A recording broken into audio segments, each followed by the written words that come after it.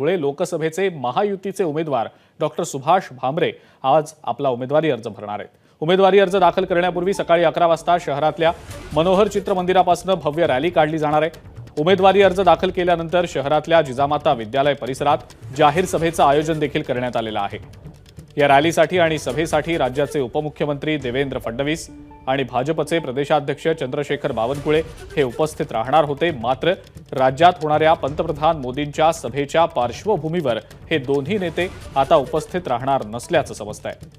दरम्यान भामरेंच्या सभास्थळाहून तयारीचा आढावा घेतलाय आमचे प्रतिनिधी धनंजय दीक्षित यांनी।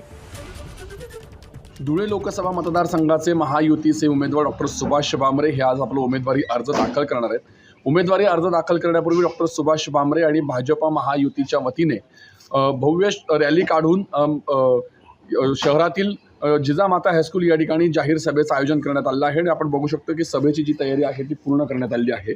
या सभेसाठी आणि उमेदवारी अर्ज दाखल करण्यासाठी आज राज्याचे उपमुख्यमंत्री देवेंद्र फडणवीस, प्रदेशाध्यक्ष चंद्रशेखर बावनकुळे हे उपस्थित राहणार होते। मात्र राज्यामध्ये होणाऱ्या पंतप्रधान मोदींच्या सभेच्या पार्श्वभूमीवर उपमुख्यमंत्री देवेंद्र फडणवीस असतील किंवा प्रदेशाध्यक्ष चंद्रशेखर बावनकुळे असतील हे उपस्थित राहणार नसल्याची माहिती आयोजकांकडून देण्यात आली आहे।